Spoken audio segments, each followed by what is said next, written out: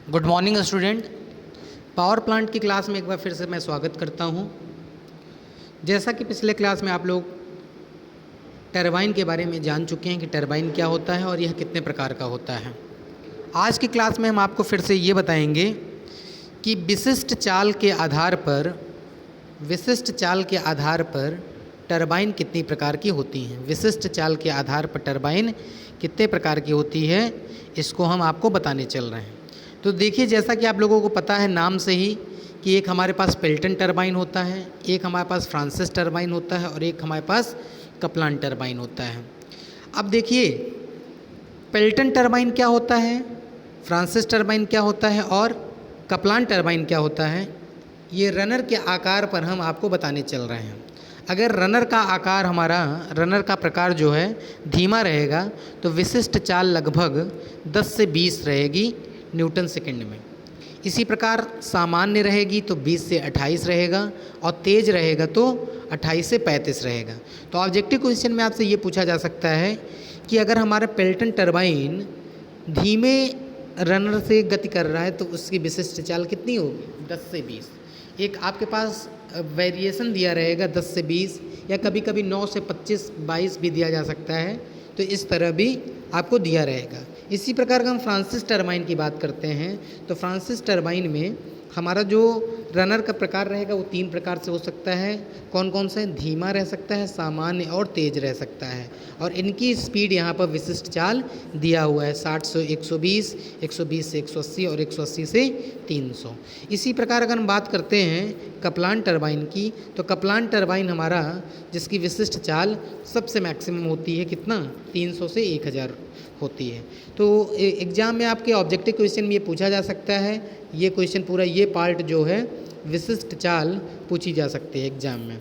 अब मैं बात करता हूँ इसके आगे की। इसके आगे जो हमारा है जल विद्युत शक्ति संयंत्र तथा तापीय शक्ति संयंत्र में अगर हम तुलना करते हैं, जैसा कि हमने आप लोगों को ये बताया है कि हमारा थर्मल पावर प्लांट और हाइड्रो इलेक्ट्रिक पावर प्लांट में दोनों में डिफरेंस क्या है। तो ये क्वेश्चन बहुत एग्जाम में इंपॉर्टेंट है और इससे जहाँ तक है कि एक आध ऑब्जेक्टिव क्वेश्चन जरूर पूछेगा कि दोनों में डिफरेंस क्या है। तो देखिए, सबसे पहला अगर हम पॉइंट की बात करते हैं हमारे फ्यूल की, हम फ्यूल की बात करते हैं। फ्यूल का मतलब ईंधन हुआ हिंदी में। फ्यूल की बात करते हैं तो जैसा कि आप लोगों को थर्मल पावर प्लांट में बताया गया था, फ्यूल के रूप में हम कोयले का यूज करते हैं। भाई हमारे पास एक बॉयलर है, बॉयलर को चलाने के लिए मेनली फर्नेस की आवश्यकता होगी। उस फर्नेस में हमने क्या डालते हैं, कोल को करते हैं और कोल को हम क्या करते हैं, हीटअप करते हैं। हीटअप करने से हमारा क्या होता है, हमारा फर्नेस जलता है और वहाँ से हमको बॉयलर के पास जाता है। अब बॉयलर को चलाने के लिए क्या होगा, कोयला होगा। लेकिन हाइड्रो इलेक्ट्रिक पावर प्लांट में हमें क्या करना पड़ेगा, ईंधन के रूप में वाटर की मतलब जल की आवश्यकता होगी। तो ठीक है, ये चीज़ें आपको समझ में आ गई होगी।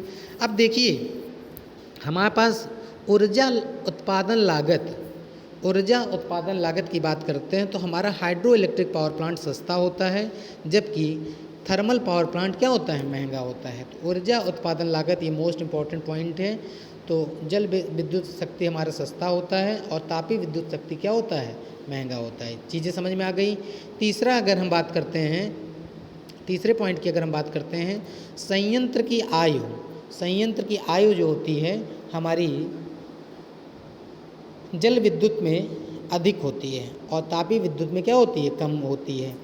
क्योंकि इसमें देखिए आप लोगों को बहुत से डिवाइस लगे रहते हैं तापीय विद्युत शक्ति संयंत्र में। जैसे आपको हमने बताया था क्या क्या लगा रहता है, बॉयलर लगा रहता है।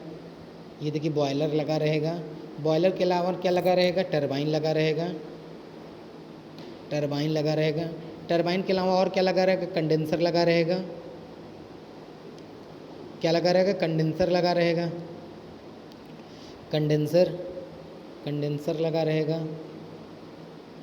कूलिंग टावर लगा रहेगा। तो इतने ये सब डिवाइस लगे हैं। इन सब डिवाइस की वजह से क्या होता है, ये सब महंगा रहता है, तो इसकी आयु क्या होती है, कम हो जाती है। तो यहाँ से हम जल विद्युत शक्ति की आयु अधिक होती है और तापीय शक्ति विद्युत आयु कम होती है। अब जानते हैं आप लोग, जैसा कि थर्मल पावर प्लांट में प्रदूषण की अगर हम बात करते हैं तो थर्मल पावर प्लांट में क्या होता है, बॉयलर जलता है, बॉयलर में कोल का दहन होता है और कोल के दहन से प्रदूषण की समस्या क्या होती है, अधिक होती है। जबकि हमारा जल शक्ति संयंत्र में ऐसा कुछ नहीं होता, तो प्रदूषण रहित होता है। तो ये इंपॉर्टेंट पॉइंट है, प्रदूषण रहित होगा। इस सब चैप्टर के आपको नोट्स भेजा जा चुका है, नोट्स भी भेजा जा चुका है, वीडियो भी आपको बता के समझाया जा रहा है। मैक्सिमम पॉइंट आप नोट डाउन करते चलिए और समझते चलिए। चलिए नेक्स्ट बात करते हैं हम संयंत्र की डिजाइन की। तो सरल एवं विश्वसनीय होता है। क्या होता है? सरल एवं विश्वसनीय होता है। इसमें क्या होता है? कठिन एवं कम विश्वसनीय होता है। ऊर्जा स्रोत नवीनीकरणीय ऊर्जा स्रोत होता है, अनवानकरणीय होता है। अच्छा, प्रचालन क्या होता है? विश्वसनीय होता है। और यहाँ पर क्या होता है? कम विश्वसनीय होता है। श्रम की आवश्यकता कम होती है और यहाँ पर क्या होती है? अधिक श्रम की आवश्यकता होती है, अधिक श्रम की आवश्यकता होती है। अब कुल लागत क्या होती है? कुल लागत यहाँ पर कम होती है और यहाँ पर क्या होती है? अधिक होती है, क्योंकि अधिक महंगे हमारे इक्विपमेंट यूज किए जाते हैं। चलिए हम बात करते हैं भारत में प्रमुख जल शक्ति संयंत्र कहाँ कहाँ पर स्थित है, और कुछ हम बताएंगे, कुछ आपको नोट्स में दिया रहेगा, उसे आप पढ़ेंगे। तो देखिए, जैसे सबसे पहले उत्तर प्रदेश की बात करते हैं। उत्तर प्रदेश में जो हमारी शक्ति संयंत्र हो रही है उसकी क्षमता 2 है। जैसे रिहंद शक्ति संयंत्र है, यमुना शक्ति संयंत्र है, शक्ति संयंत्र। तो ये हमारा 300 मेगावाट की इलेक्ट्रिसिटी डेवलप कर रहा है और ये हमारा 424 इलेक्ट्रिसिटी डेवलप कर रहा है। तो इस तरह के अगर हम बात करते हैं राजस्थान की, तो राजस्थान में क्या है? चंबल शक्ति संयंत्र है। क्या है? चंबल शक्ति संयंत्र है। और असम की बात करते हैं तो उम्मेम शक्ति संयंत्र। तो आपको ये लर्न करके जाना पड़ेगा, किसी का भी पूछा जा सकता है एग्जाम में। तो चलिए हम फिर बात करते हैं नेक्स्ट पॉइंट की। ऐसे ही यहाँ पर देखिए दिया हुआ है तमिलनाडु का, जिसमें कुंड है और खेड़िहर दिया है। जैसे ये इम्पॉर्टेंट है पंजाब का इम्पॉर्टेंट है, क्योंकि भाखड़ा नांगल और सतलुज ये 2 हमारे जल शक्ति संयंत्र है और इनकी क्षमता कितना है? 1084 है और 740 है। ऐसे ही गुजरात में उकई परियोजना है, उकई में पूछा जा सकता है एग्जाम में। अब चलिए हम बात करते हैं इम्पल्स टरबाइन की और रिएक्शन टरबाइन में क्या क्या मेन डिफरेंस है, ये हम बात करते हैं। तो सबसे पहले हम इम्पल्स टरबाइन की बात करते हैं। जैसा कि आपको नोट्स में दिया हुआ है कि इस टरबाइन में जल की निम्न मात्रा होने पर भी टरबाइन को चलाया जा सकता है। जैसा हमारा बात हो रही है इम्पल्स टरबाइन की, इम्पल्स टरबाइन में क्या होगा कि अगर हमारा वाटर की लो मात्रा है, वाटर कम मात्रा में उपलब्ध है, फिर भी इस टरबाइन को चलाया जा सकता है। जबकि रिएक्शन टरबाइन में ऐसा नहीं है। रिएक्शन टरबाइन में क्या होता है कि अगर जल की मात्रा उचित है तभी इस टरबाइन को चलाया जा सकता है। नेक्स्ट पॉइंट की अगर हम बात करते हैं, इस टरबाइन के लिए द्रव का उच्च शीर्ष होना जरूरी है। इस टरबाइन के लिए द्रव का उच्च शीर्ष होना जरूरी है। और जबकि इसमें बात करते हैं, इस टरबाइन के लिए द्रव का निम्न शीर्ष होना जरूरी है। नेक्स्ट बात करते हैं, इस प्रकार के टरबाइन में द्रव की दाब ऊर्जा को गतिज ऊर्जा में परिवर्तित करके रनर तक पहुंचाया जाता है। तो जैसा कि आप लोगों को पता है कि हमारे पास इसमें क्या होता है, एक धावक होता है जिस पे रनर लगा रहता है। क्या लगा रहता है? जिस पर वो होता है, ब्लेड लगी रहती है, बकेट जिसको कहते हैं। क्या कहते हैं? बकेट कहते हैं। अब क्या होता है, नोजल के सहायता से क्या होता है, इस पर पानी को गिराया जाता है। तो यही लिखा है कि इसकी दाब ऊर्जा को गतिज ऊर्जा में परिवर्तित कर दिया जाता है। इसकी दाब ऊर्जा को किस में परिवर्तित कर दिया जाता है? गतिज ऊर्जा में परिवर्तित किया जाता है। जबकि हमारा जो प्रतिक्रिया टरबाइन, इस प्रकार के टरबाइन में दाब एवं गतिज ऊर्जा दोनों को रनर तक पहुँचाया जाता है। अब देखिए, केसिंग का होना आवश्यक नहीं है, केसिंग का होना आवश्यक है। अब मेन इंपॉर्टेंट पॉइंट ये है, ये हमारे आवेगी टरबाइन की जो दक्षता होती है वो 86% तक होती है, और जो कि रिएक्शन टरबाइन की दक्षता होती है वो आवेगी टरबाइन से क्या होती है? उच्च होती है। तो इस प्रकार का क्वेश्चन पूछा जा सकता है। अब मैं बात करता हूँ जल विज्ञान की या हाइड्रोलॉजी की। क्या होता है? देखिए, इसके अंतर्गत हम जल की आपूर्ति तथा खाली होने का अध्ययन करते हैं। एग्जाम में पूछा जा सकता है कि जल विज्ञान किसे कहते हैं, ऑब्जेक्टिव के रूप में जल विज्ञान पूछा जा सकता है। तो जल विज्ञान क्या है? जल की आपूर्ति तथा खाली होने का अध्ययन किया जाता है। अब यहाँ पर बात करते हैं कि इसके अंतर्गत कौन कौन से प्रमुख पद आते हैं। तो प्रमुख पद हमारे कौन कहते आ रहे हैं? जल जमाव के बारे में आ रहा है, अपवाह के बारे में आ रहा है, वाष्पन के बारे में आ रहा है और वर्षा के बारे में आ रहा है। तो इस तरह हम बात करते हैं आगे कि अपवाह का फार्मूला जो होता है वो फार्मूला होता है वर्षा इंटू नियतांक। क्या होता है अपवाह का फार्मूला? वर्षा इंटू नियतांक। अच्छा, इसमें कुछ प्रयोग विधियाँ अपनाई जाती हैं, जैसे एम्पेरिकल सूत्र यूज किया जाता है, एम्पेरिकल सूत्र। इसके अलावा इग्नीशियस सूत्र यूज किया जाता है, लेसी का सूत्र यूज किया जाता है। अब ये सब सूत्र क्या होगा आगे मैं बताने चल रहा हूँ, आगे सूत्र में बताऊँगा। अब चलिए नेक्स्ट पॉइंट की मैं बात करता हूँ, वर्षा का मापन। वर्षा की तीव्रता का जो फार्मूला होता है वो I=R/T+C होता है, जहाँ पे R और C क्या है? हमारे कांस्टेंट हैं, जबकि T जो है टाइम पीरियड है कि कितने समय में वर्षा हो रहा है, कितने समय में वर्षा हो रही है। अब यहाँ पर मैं बात कर रहा हूँ, जैसे कभी कभी एग्जाम में ऑप्शन क्वेश्चन में ये फार्मूले पूछे जा सकते हैं, ऑप्शन में ये फार्मूले पूछे जा सकते हैं कि एम्पेरियल सूत्र के आधार पर खोसला सूत्र क्या है? खोसला सूत्र क्या है? तो एम्पेरिकल सूत्र के आधार पर जो हमारा खोसला सूत्र है वो है R=P-4.811/T इंटू टी। तो जहाँ R क्या है? वार्षिक अपवाह है, P क्या है? वार्षिक वर्षा है, और T क्या है? मध्य का तापमान है। अब इसी तरह हम इग्नीशियस का सूत्र फार्मूले में पूछा जा सकता है कि इग्नीशियस का सूत्र क्या है? तो इग्नीशियस का सूत्र यहाँ पर देखिए ब्रैकेट में करके हमने बताया है कि इग्नीशियस का सूत्र जो है वो ये सूत्र है क्या? R=0.88P-304.8। इसी तरह का लेसी फार्मूला क्या है? लेसी फार्मूला हमारा जो है ये दिया हुआ है R=P/1 + 384F/PS।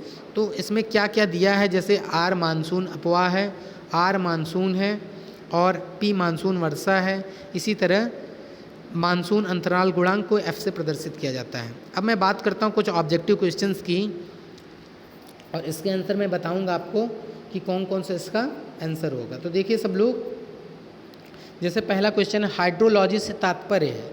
हाइड्रोलॉजी से क्या क्या तात्पर्य यहाँ पर दिया है ऑप्शन। इस तरह क्वेश्चन आपके बोर्ड पेपर में आएगा। पहला है जल विज्ञान, जल स्थैतिकी, जल गतिकी। तो हाइड्रोलॉजी का मतलब क्या हुआ? जहाँ पर जल वर्ल्ड दिखा जाए आपको, जल स्थैतिकी, जल गतिकी, जल विज्ञान, तो ये आपका आंसर हो जाएगा। ये आपका क्या हो जाएगा? आंसर हो जाएगा। तो यहाँ पर जो ऑप्शन होगा, या ऑप्शन इसका क्या होगा? ऑप्शन नंबर क्या होगा? ऑप्शन नंबर इसका डी करेक्ट हो जाएगा। ऑप्शन नंबर इसका डी करेक्ट हो जाएगा। देखिए सब लोग, डी ऑप्शन इसका सरग हो जाएगा। इस तरह कभी कभी एग्जाम में पूछा जाता है खोसला नियम क्या है? खोसला नियम का हमने फार्मूला भी आपको बताया है। खोसला नियम का फार्मूला जो होता है R=T-4.881T होता है। अब इसी तरह का पूछा जा सकता है घाटी के लिए इग्नीशियस सूत्र क्या है? तो घाटी के लिए इग्नीशियस सूत्र हमने आपको पहले ही बताया है क्या होता है। घाटी के लिए इग्नीशियस सूत्र R=0.88P-304.8 होता है। तो इसका ऑप्शन ये बी वाला करेक्ट होगा। अब इसी तरह पूछा जा सकता है इग्नीशियस सूत्र इस्तेमाल किया जाता है। इग्नीशियस सूत्र इस्तेमाल कहाँ किया जाता है? उत्तर प्रदेश, असम, बिहार, महाराष्ट्र में। तो ये इसका सूत्र महाराष्ट्र के लिए अप्लाई होता है। कहाँ के लिए? महाराष्ट्र के लिए। अब नेक्स्ट क्वेश्चन पूछा जा सकता है इसी तरह आर्च डैम की आकृति क्या होती है?